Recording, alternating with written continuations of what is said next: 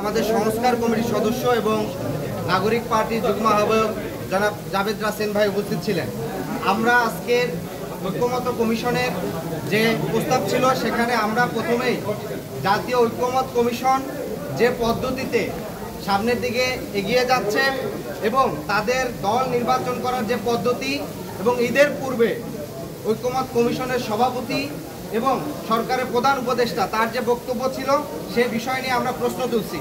আমরা সুস্পষ্টভাবে বলছি যে সংস্কার কমিশনগুলো যে করা হয়েছে তারা এর পূর্বে বলেছিলেন জাতীয়ভাবে যে জুলাই সনদ তৈরি হবে সেই জুলাই সনদটা কোন পদ্ধতিতে অর্থাৎ সংস্কার প্রস্তাবনা কোন পদ্ধতিতে বাস্তবায়ন হবে সেটা নিয়ে তারা 6টা প্রস্তাবনা দিয়েছেন। সেক্ষেত্রে 6টা প্রস্তাবনা ছিল নির্বাচনের আগে অধ্যাদেশের মাধ্যমে, অথবা নির্বাচনের আগে গণভোট, অথবা নির্বাচনের সময় গণভোট, অথবা গণপরিষদ নির্বাচন, অথবা গণপরিষদ অথবা আইনসভার নির্বাচন। আরেকটা প্রস্তাব ছিল নির্বাচনের পরে সংসদে সাংবিধানিক সংস্কার। আমরা সেখানে স্পষ্ট করে দেখেছি ঈদের পূর্বে প্রধান উপদেষ্টা যখন বক্তব্য দিয়েছেন তিনি ঐক্যমত্য কমিশনের সভাপতি হিসাবে যখন বলেন যে রাজনৈতিক দলগুলোর কাছ থেকে আপনারা ওয়াদা নেবেন যাতে পরের সংসদে তারা এই তাদের ওয়াদাগুলো বাস্তবায়ন করে, এবং তিনি একই সাথে নির্বাচনের যে ডেট ঘোষণা করেছিলেন। ফলে জাতীয় ঐক্যমত কমিশনের সভাপতি হিসাবে তাদের প্রস্তাবিত 6টা প্রস্তাবের মধ্যে প্রধান উপদেষ্টা এবং ঐক্যমত কমিশনের সভাপতি হিসাবে তিনি যখন একটি প্রস্তাবের দিকে হেলে যান এবং যেই প্রস্তাবটি দিয়েছে জাতীয়তাবাদী দল বিএনপি, ফলশ্রুতিতে আমরা মনে করি জাতীয় ঐক্যমত কমিশন এখন যেই পদ্ধতিতে আগাচ্ছে তারা নির্বাচনে এবং এই ঐক্যমত কমিশনে কোন কোন বিষয়গুলো থাকবে সে বিষয়ে তাদের কিছুটা প্রশ্ন, তাদের অবস্থান প্রশ্নবিদ্ধ হয়। এবং বিএনপির যে প্রস্তাব করেছে যে পরের সংসদে গিয়ে রেটিফাই হবে এই প্রস্তাবনাগুলা, সেই দিকে প্রধান উপদেষ্টার বক্তব্য কিছুটা একদিকে হেলে যায়। দ্বিতীয়ত বিষয় হচ্ছে ঐক্যমত কমিশনে যে রাজনৈতিক দলগুলোকে ডাকা হচ্ছে, এখানে প্রায় 24 থেকে 28টি দল ডাকা হচ্ছে। কি পদ্ধতিতে ডাকা হচ্ছে, অর্থাৎ কাদের কতটি সাংগঠনিক কমিটি আছে কিংবা নিবন্ধন আছে কি আছে না, মানে কোন পদ্ধতিতে ডাকা হচ্ছে সে বিষয়গুলো কিন্তু আমরা সুস্পষ্ট না। ফলশ্রুতিতে আমরা বলেছি জাতীয় ঐক্যমত কমিশনকে কাদেরকে এখানে ডাকা হচ্ছে সেখানে কি দল বেঁধে কোনো একটা দলের সুপারিশে ডাকা হচ্ছে কিনা সে বিষয়টি সুস্পষ্ট।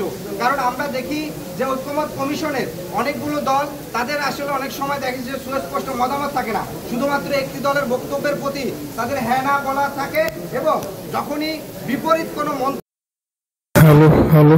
সেখানে একটা হট্টগোল করা সিরিয়ালে দাঁড়ানোর থেকে আইসার পিছন থেকে আগে বক্তব্য দিয়ে বলা।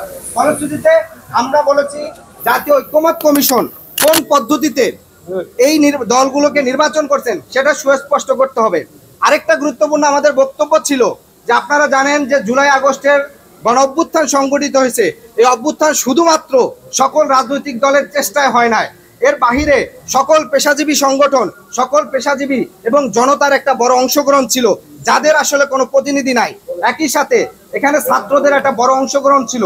ফলশ্রুতিতে আমরা মনে করি শুধু এখানে যাদেরকে ডাকা হয়েছে এরাই সারা বাংলাদেশের সকল জনগণের 100% ম্যান্ডেট নিয়ে আসতে পারে না। কারণ শুধুমাত্র রাজনৈতিক দলগুলোই যদি সকল জনগণের ম্যান্ডেট নিয়ে আসতে পারতো তাহলে আপনারা দেখেছেন যে অভ্যুত্থানের পূর্বে কিন্তু 64 দল, 56 দল কিংবা 54 দল মিলে কিন্তু নির্বাচনের পূর্বে আন্দোলন করা হয়েছে, তখন কিন্তু সরকার পতন কিংবা কোনো ধরনের গণপ্রতিরোধ তোলা হয় না। ফলে আমরা মনে করি এই গণ অভ্যুত্থানে গুরুত্বপূর্ণ 3টা স্টেক হোল্ডার, একটা হচ্ছে সকল রাজনৈতিক দল মিলে একটা স্টেক হোল্ডার, জনতা একটা স্টেক হোল্ডার, এবং সকল শিক্ষার্থীরা তরুণরা একটা স্টেক হোল্ডার। সেই জায়গার থেকে রাজনৈতিক দল দেখে তার মধ্যে আবার কিছু রাজনৈতিক দলকে ডাকা হয়েছে, কিছু আবার ডাকা হয় না। কোন পদ্ধতিতে ডাকা হয়েছে সে বিষয়গুলো সুস্পষ্ট করার জন্য বলেছি। ফলে আজকে